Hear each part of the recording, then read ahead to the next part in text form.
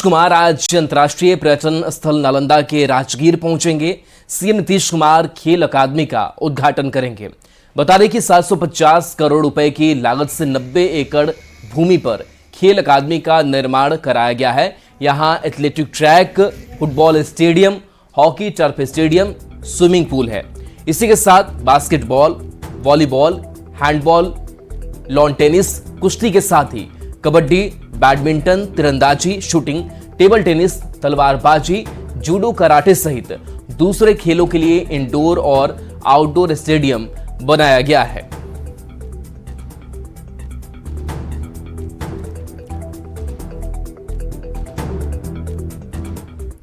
और आज सीएम नीतीश कुमार राजगीर में खेल एकेडमी और इंडोर स्टेडियम का उद्घाटन करेंगे। इस मौके पर भारतीय महिला हॉकी टीम मैच भी खेलेंगी।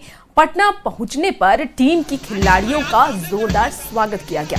टीम के कोच हरिंद्र कुमार ने इसके लिए सीएम नीतीश कुमार का आभार जताया है। उन्होंने कहा कि राज्य सरकार ने अच्छा काम किया है। बिहार में प्रतिभा की कोई कमी नहीं है और सरकार की इस पहल से खेल को लेकर बढ़ावा मिलेगा।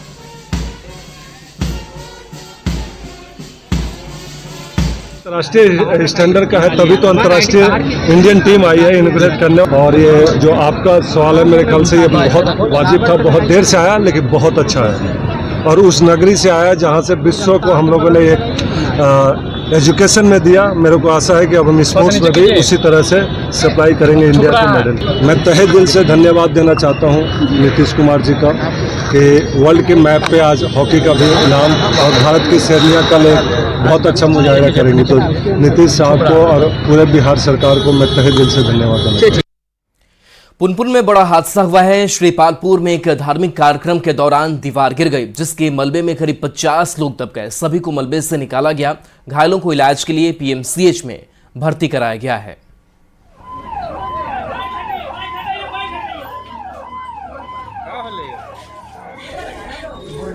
अफरा तफरी का आलम और घायलों की ये तस्वीर पटना के पुनपुन की है।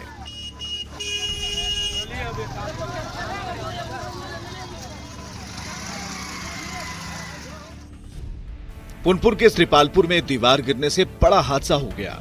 दीवार गिरने से मलबे में 50 से ज्यादा लोग दब गए और मौके पर अफरा तफरी मच गई।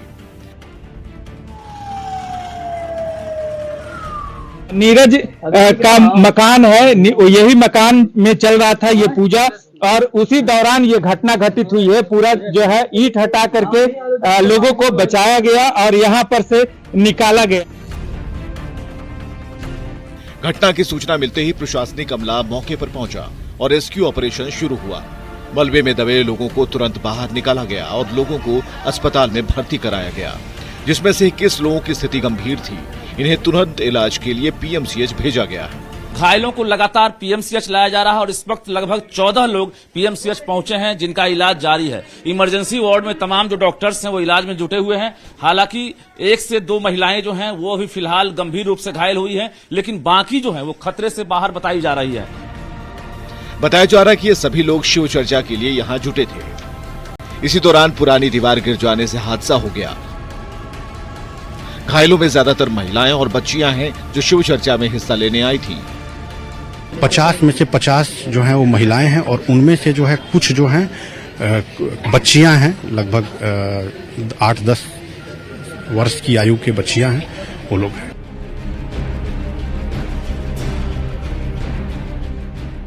पुनपुन हादसे के बाद पूरे इलाके में हड़कंप मचा है। गनीमत बस इतनी है कि हादसे में किसी की मौत नहीं हुई। न्यूज़ 18 के लिए पटना से अमरजीत कुमार, शैलेंद्र कुमार और रजनीश कुमार की रिपोर्ट। और पटना के पुनपुन में दीवार गिरने की वजह से बड़ा हादसा हो गया। इस हादसे में 50 लोग मलबे में दब गए, जिन्हें स्थानीय लोगों ने निकालकर अस्पताल पहुंचाया। बताया जा रहा है कि पुनपुन थाना क्षेत्र के श्रीपालपुर में ही एक शिक्षक के घर पर लोग पूजा करने के लिए जुटे थे, तभी ये कच्ची दीवार उन पर गिर गई। फिलहाल सभी घायलों का अस्पताल में इलाज चल रहा है। कैसे हुई ये घटना, ग्राउंड जीरो से ज्यादा जानकारी दे रहे हैं न्यूज़ 18 के संवाददाता शैलेंद्र कुमार। के श्रीपालपुर गांव की हम तस्वीर दिखा रहे हैं, जहां एक घर का छत गिरने के कारण तकरीबन 20 से 25 लोग गंभीर रूप से घायल हो गए।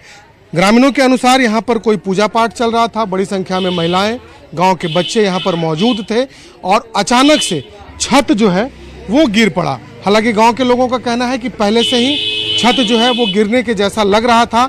बार बार लोग कह रहे थे कि इसके अंदर न जाइए, लेकिन उसके बाद भी पूजा पाठ जो है वो यहाँ पर किया जा रहा था। और देखिए ये छत जो है इस घर से कनेक्ट था और अचानक यहाँ से गिर पड़ा और जिसमें तकरीबन 20 से अधिक लोग घायल हुए। लगभग 8 से 10 की संख्या में जो लोग हैं वो गंभीर रूप से घायल हैं। और यहाँ पे एक आध्यात्मिक समागम हुआ करता था और इधर लगभग 6 महीना से यहाँ पे प्रतिदिन इस तरह के जो है लोग यहाँ पे एक संत आते थे और ग्राम के जो महिलाएं गरीब तबके जो भी होते थे वो एक ईश्वर से परमात्मा मिलन की ऐसी बातें कह रहे हैं कि लोग उसी में आते थे और बैठते थे। दीवार एक बार गिर पड़ा तो तार उड़ हो गया, बहुत सारा लोग, खाली जन्नी लोग था, तार हो गया। उस पर जो दूरा काम करता था वो लोग बेचारे आए हैं, पत्थर उथल समूचा हटा फटा के सबके निकालने के बाद जैसे जैसे निकला वैसे वैसे हॉस्पिटल भेजना चालू कर दिया। भारी औरत लगता है, कोई कांधा पर ले गया, कोई मोटरसाइकिल से ले गया, कोई किसी तरह मतलब पहुंचाया। के परिवार के सदस्य भी घायल हुए हैं? हाँ, हमारा वाइफ। अभी कैसी है वो अभी ठीक है, यहाँ माथा में चोट है, यहाँ पर चोट है। सर वहाँ से सब रेफर कर दिया गया है पीएमसीएच के लिए और जो हल्का फुल्का जो चोट है जो वहाँ पे इलाज करा जा रहा है। वहाँ पे एसडीओ साहब हैं, एसडीपीएम मैडम हैं और है ये सीओ मैडम हैं, सब वहाँ पे जुटे हुए हैं। तो बिल्कुल देखिए घायलों का इलाज चल रहा है और यहाँ पर भी बड़ी संख्या में लोग इस वक्त मौजूद हैं। लेकिन सवाल ये उठता है कि आखिर घर की स्थिति पहले से जब जर्जर थी तो उस घर में इतना बड़ा आयोजन कैसे किया जा रहा था। कैमरा पर्सन मनीष जुनेजा के साथ शैलेंद्र, न्यूज़ 18 पटना। और गोपालगंज से बड़ी खबर, जहां नहर में 2 छात्राएं डूब गईं। नहाने के दौरान यह हादसा हुआ है। गोपालपुर थाने के लाजपुर गांव की घटना है। लापता छात्राओं की तलाश जारी है। एनडीआरएफ की टीम तलाश में जुटी हुई है।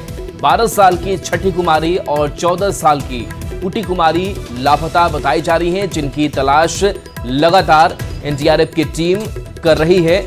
बताया जा रहा है कि 12 साल की छठी कुमारी है और 14 साल की पुटी कुमारी है, जिसकी तलाश जारी है।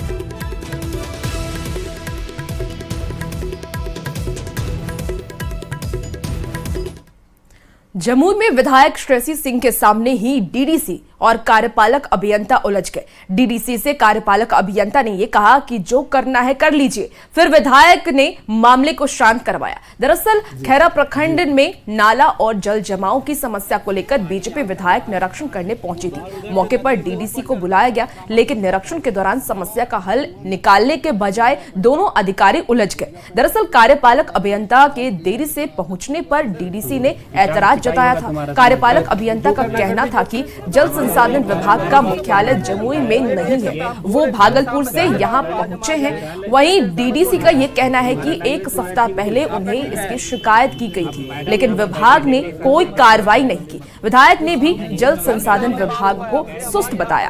आप ये बताओ कि कैसे इसका विकल्प है, रास्ता निकालो, कैसे होगा? सर के द्वारा बोला गया कि 1 सप्ताह से कांटेक्ट कर रहे हैं। सर के द्वारा कल मुझे शाम में बोला गया, मैं आज यहाँ पर हूँ। नहीं, जिस तरह से आपने बात की, क्या सीनियर अधिकारी से उस तरह से बात किया जाता है? नहीं किया जाता, लेकिन वो बोले 1 सप्ताह से कांटेक्ट कर रहे हैं। 1 सप्ताह से तो कांटेक्ट नहीं हो रहा था। कल शाम में बोले सर हम कल कितने बजे का समय दिया जाए उतने बजे आ जाता हूँ। 10 बजे का समय दिया, 10 बजे हम आ गए थे सर के पास। वो ठीक है, लेकिन आपने जिस तरह आपका जो टोन था वो ठीक है क्या? नहीं, वो ठीक नहीं था। अनेक बार हम लोगों ने विधानसभा के माध्यम से, चिट्ठियों के माध्यम से इस समस्या को उठाया है, सरकार का ध्यान आकृष्ट करने का प्रयास किया है, लेकिन अभी तक इस पर कोई काम नहीं हो रहा है। आज सभी स्थानीय लोगों के साथ हम खुद डीडीसी के साथ इस स्थल पर आके निरीक्षण करके गए हैं, ताकि इसमें जल्द से जल्द कार्रवाई हो और जो ये जल जमाव की समस्या बनी रहती है उससे हम लोगों को उसका निपटारा भी हो। लेकिन यहाँ पर आने के बाद ये पता चला कि जो हम लोग के जल संसाधन का जो विभाग है, फ्लड डिपार्टमेंट जो है, जो जमुई में नहीं है और भागलपुर से ऑपरेट करता है, वहाँ के पदाधिकारी बहुत ही सुस्त है, बहुत ही निष्क्रिय है। गोपालगंज में 6 महीने के मासूम बच्चे के अपहरण का मामला सामने आया है। घटना विशंभरपुर थाना क्षेत्र के सल्लेपुर गांव की है, जहां बाइक सवार और 2 महिला ने घटना को अंजाम दिया। जानकारी के मुताबिक बबलू मांझी की पत्नी अपने घर पर बच्चे को लेकर खाट पर बैठी थी, तभी बाइक से 2 महिला और एक पुरुष पहुंचे और झांसा देकर बच्चे को अगवा कर फरार हो गए। भाग रही दूसरी महिला को ग्रामीणों ने पकड़कर पुलिस को सौंप दिया। पुलिस हिरासत में ली गई महिला से पूछताछ कर रही है, वहीं जल्द आरोपियों को पकड़ने का आश्वासन दे रही है। एक आदमी उतर के आई, एक महिला आके वो लड़की को बोली कि भाई बाथरूम जाना है, बता दो। बोली जाके चले जाओ उधर। लड़की बोली, वो बोलती है नहीं चलो आपको बताओ। बाएं पकड़ के लेके चली गई। पीछे जब गई तो बाएं किसी तरह छुड़ा के भाग गई। देखती है लड़का है नहीं, तब हल्ला हुआ कि लड़का ले गया लड़का। फिर नीचे नीचे जंगल का तरफ खाले खाले भाग रही थी। फिर इनको पकड़ करके ले जा करके हम लोग गिरफ्तार किए। वहाँ थाना क्षेत्र में एक मामला सामने आया है जिसमें कि एक बच्चे को कुछ लोग उठा के ले जा रहे थे। इस मामले का जैसे ही पुलिस को संज्ञान मिला, पुलिस द्वारा तुरंत ही घटनास्थल से ही एक महिला को अरेस्ट किया गया है। साथ ही साथ उसके निशानदेही पे अन्य लोगों को भी हिरासत में लिया गया है और इसमें तहकीकात चल रही है। जल्द ही इस मामले का खुलासा करेंगे। और खबरों में आगे बढ़ेंगे। बिहार के डीजीपी आरएस भट्टी केंद्रीय प्रतिनियुक्ति पर सीआईएसएफ के डीजी बनाए गए हैं। गृह मंत्रालय के प्रस्ताव को कैबिनेट की नियुक्ति समिति ने मंजूरी दे दी है। बिहार में कानून व्यवस्था के मुद्दे पर चल रहे सियासी घमासान के बीच बिहार के डीजीपी को लेकर बड़ी खबर है। बिहार के डीजीपी आरएस भट्टी केंद्रीय प्रतिनियुक्ति पर सीआईएसएफ के डीजी बनाए गए हैं। गृह मंत्रालय के प्रस्ताव को कैबिनेट की नियुक्ति समिति ने मंजूरी दे दी। आपको बता दें कि आरएस भट्टी ने केंद्रीय सेवा में जाने की इच्छा जाहिर की थी, जिसे बिहार सरकार ने पहले ही हरी झंडी दे दी थी। अब गृह मंत्रालय के प्रस्ताव को कैबिनेट की नियुक्ति समिति ने मंजूरी देकर रास्ता साफ कर दिया है। 1990 बैच के आईपीएस अधिकारी आरएस भट्टी ने 20 दिसंबर 2022 को बिहार डीजीपी की जिम्मेदारी संभाली थी।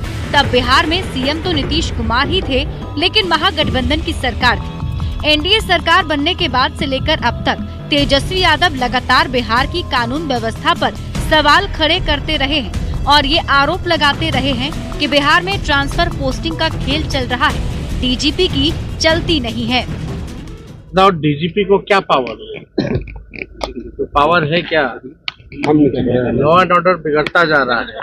कोई भी रिकमेंडेशन जो होता है डीजीपी का, क्या ये प्रशासनिक अधिकारी जो है, ये तो अब जो मुख्यमंत्री के आसपास जो चमचे बेलचे हैं वही लोग करते हैं। तेजस्वी यादव के आरोपों पर एनडीए नेताओं ने जोरदार प्रहार किया। विपक्ष में जो रहते हैं वो इस तरह की बातें करते रहते हैं, इसको बहुत ध्यान देने की आवश्यकता नहीं है। और जिन लोगों ने अपराध को अपने घर से, अपने सीएम हाउस से चलाने का काम किया, तो वही अगली मार वाली बात है कि आज उनको जो है साधु संत बन रहे हैं।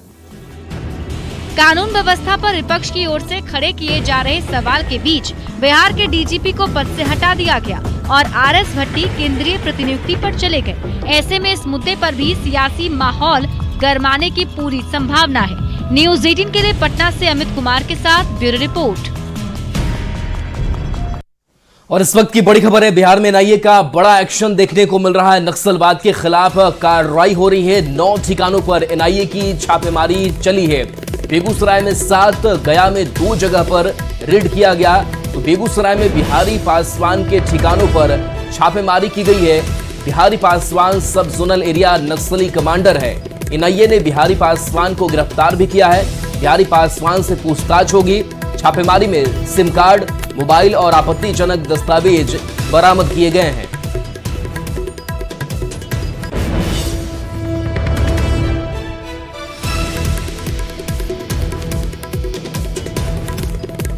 पश्चिम बंगाल के हालात को लेकर के केंद्रीय मंत्री ललन सिंह ने ममता बनर्जी पर निशाना साधा। वहीं नीतीश सरकार की मंत्री रेणु देवी ने यह कहा कि ममता बनर्जी खुद महिला है, उन्हें किस बात को समझाना चाहिए और इस जांच और बता दें आपको कि और जांच ठीक ढंग से करनी चाहिए तो उन्हें अपने पद से इस्तीफा दे देना चाहिए।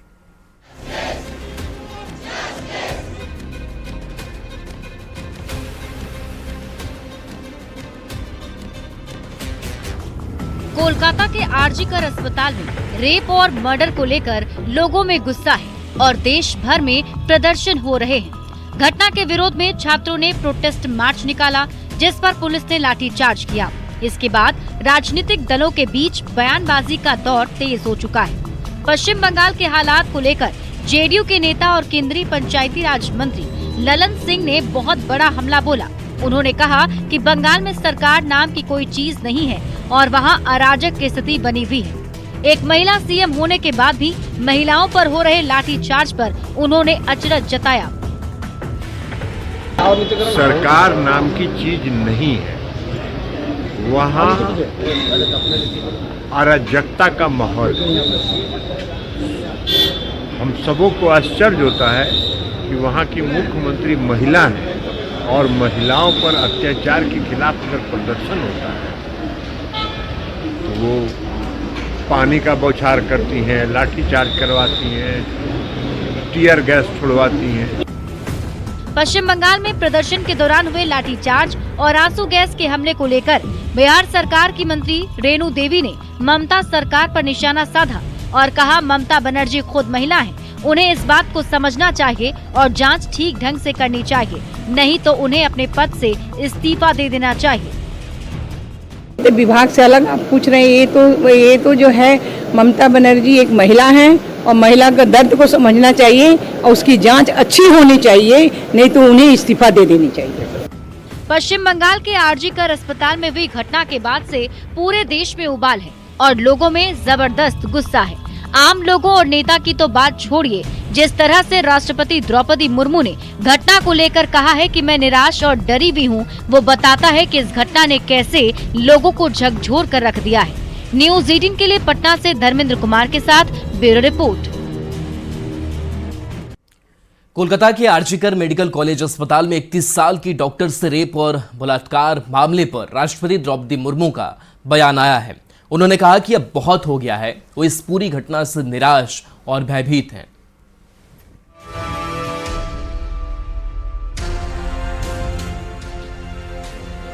बस अब बहुत हो गया, मैं निराश और भयभीत हूं।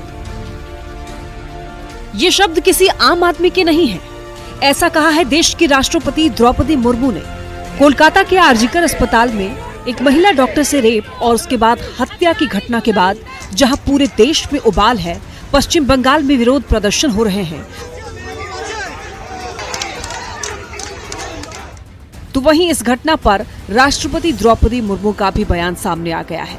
उन्होंने कहा है कि मैं इस घटना को लेकर निराश और डरी हुई हूं, अब बहुत हो चुका। समाज को ऐसी घटनाओं को भूलने की खराब आदत है। राष्ट्रपति मुर्मू ने women's safety enough is enough नाम से एक आर्टिकल लिखी है, जिसमें उन्होंने कोलकाता की घटना पर अपने दुख, पीड़ा और गुस्से का इजहार किया है। राष्ट्रपति ने लिखा है, कोलकाता में हुई डॉक्टर के रेप और मर्डर की घटना से देश सख्ते में है। जब मैंने इसके बारे में सुना तो मैं निराश और भयभीत हुई। ज्यादा दुखद बात यह है कि ये घटना अकेली घटना नहीं है, ये महिलाओं के खिलाफ अपराध का एक हिस्सा है। जब स्टूडेंट्स, डॉक्टर्स और नागरिक कोलकाता में प्रोटेस्ट कर रहे थे तो अपराधी दूसरी जगहों पर शिकार खोज रहे थे। विक्टिम में किंडरगार्टन की बच्चियां तक शामिल थी। कोई भी सभ्य समाज अपनी बेटियों और बहनों पर इस तरह के अत्याचारों की इजाजत नहीं दे सकता। देश के लोगों का गुस्सा जायज है, मैं भी गुस्से में हूं। राष्ट्रपति ने लिखा है, पिछले साल महिला दिवस के मौके पर मैंने एक न्यूज़पेपर आर्टिकल के जरिए अपने विचार और उम्मीदें साझा की थी। महिलाओं को सशक्त करने की हमारी पिछली उपलब्धियों को लेकर मैं सकारात्मक हूँ। मैं खुद को भारत में महिला सशक्तिकरण की इस शानदार यात्रा का एक उदाहरण मानती हूँ।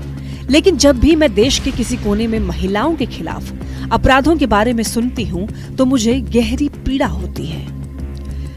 द्रौपदी मुर्मू आगे लिखती हैं, दिसंबर 2012 में एक लड़की का गैंग रेप और मर्डर हुआ था। लोगों में गुस्सा और हैरानगी थी। हमने तय किया था कि दूसरी निर्भया के साथ ऐसा हादसा नहीं होने देंगे, लेकिन तब से 12 साल हो गए हैं और इस बीच ऐसी अनगिनत घटनाएं हुई हैं, लेकिन कुछ घटनाएं ही देश की नजरों में आई हैं। इन्हें भी जल्द ही भुला दिया जाएगा। क्या हमने अपना सबक सीखा? जैसे ही सामाजिक विरोध खत्म हुआ, ये घटनाएं भी समाज की याददाश्त के गहरे कोने में दब गई, जो सिर्फ तब सामने आती हैं जब ऐसा ही कोई दूसरा घृणित अपराध होता है। सामूहिक रूप से भूलने की ये बीमारी महिलाओं के खिलाफ घटिया सोच से भी ज्यादा घिनौनी है। हमें ऐसे अपराधों को भूलना नहीं चाहिए। हमें मिलकर इस आपराधिक सोच का सामना करने की जरूरत है ताकि इसे शुरुआत में ही खत्म कर दिया जाए। राष्ट्रपति ने कहा है कि हमारी बच्चियों के प्रति ये हमारी जिम्मेदारी है कि हम उनके रास्तों से बाधाएं हटाएं और उन्हें आजादी दिलाने में मदद करें। तभी हम रक्षाबंधन पर पूछे गए बच्चों के मासूम सवाल का ठोस जवाब दे पाएंगे। हमें मिलकर कहना होगा, बस बहुत हुआ। Bureau report, news 18। और फिलहाल रुकेंगे एक छोटे से ब्रेक के लिए, जल्द हाजिर होते हैं।